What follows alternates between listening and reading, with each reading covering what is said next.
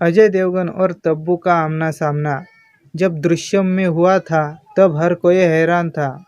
दृश्यम के बाद से ही इस फिल्म के दूसरे पार्ट का इंतजार हो रहा था। आखिरकार दृश्यम 2 आज सिनेमाघरों में रिलीज हो चुकी है।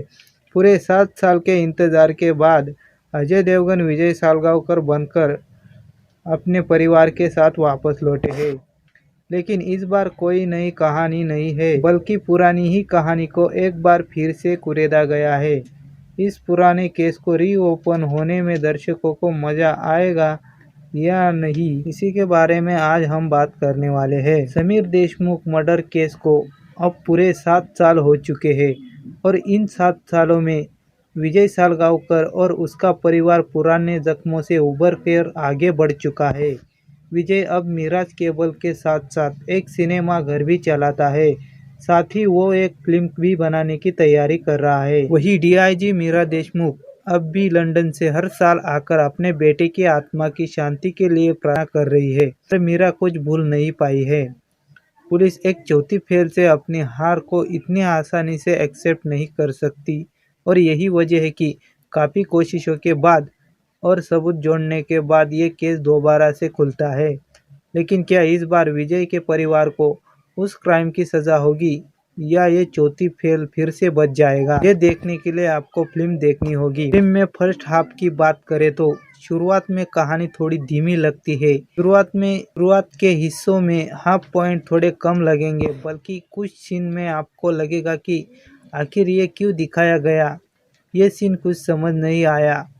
लेकिन दरअसल इंटरवल के बाद आपको पता चलेगा कि इंटरवल से पहले दिखाए गए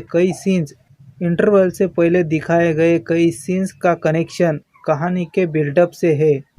इसका राज इंटरवल के बाद खुलेगा। शुरुआत के सीन में बस कहानी चल रही है, लेकिन आप कुर्सियों के हैंडल को तब पकड़ेंगे जब अक्षय खन्ना की एंट्री होती है। पहली फिल्म से इस फिल्म की तुलना ज़रूर होगी, लेकिन ये भी समझने की ज़रूरत है कि पहली फिल्म में फर्स्ट हाफ में एक क्राइम होता है और सेकंड हाफ पूरा इस क्राइम को हुआ ही नहीं ये साबित करने में निकल जाता है।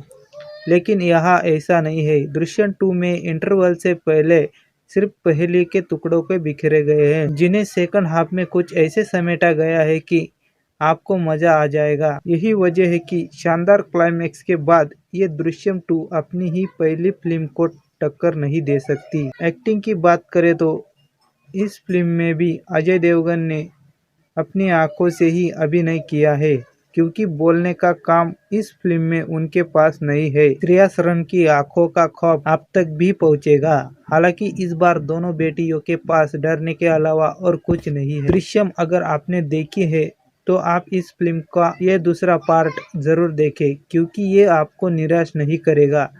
हाँ, पहले हिस्से में थोड़ा धैर्य रखिए, इंटरवल के बाद खूब मज़ा आने वाला है। तो आपको ये रिव्यू कैसा लगा कमेंट करके ज़रूर बताएं। तब तक के लिए टेक केयर, मिलते हैं अगले वीडियो में।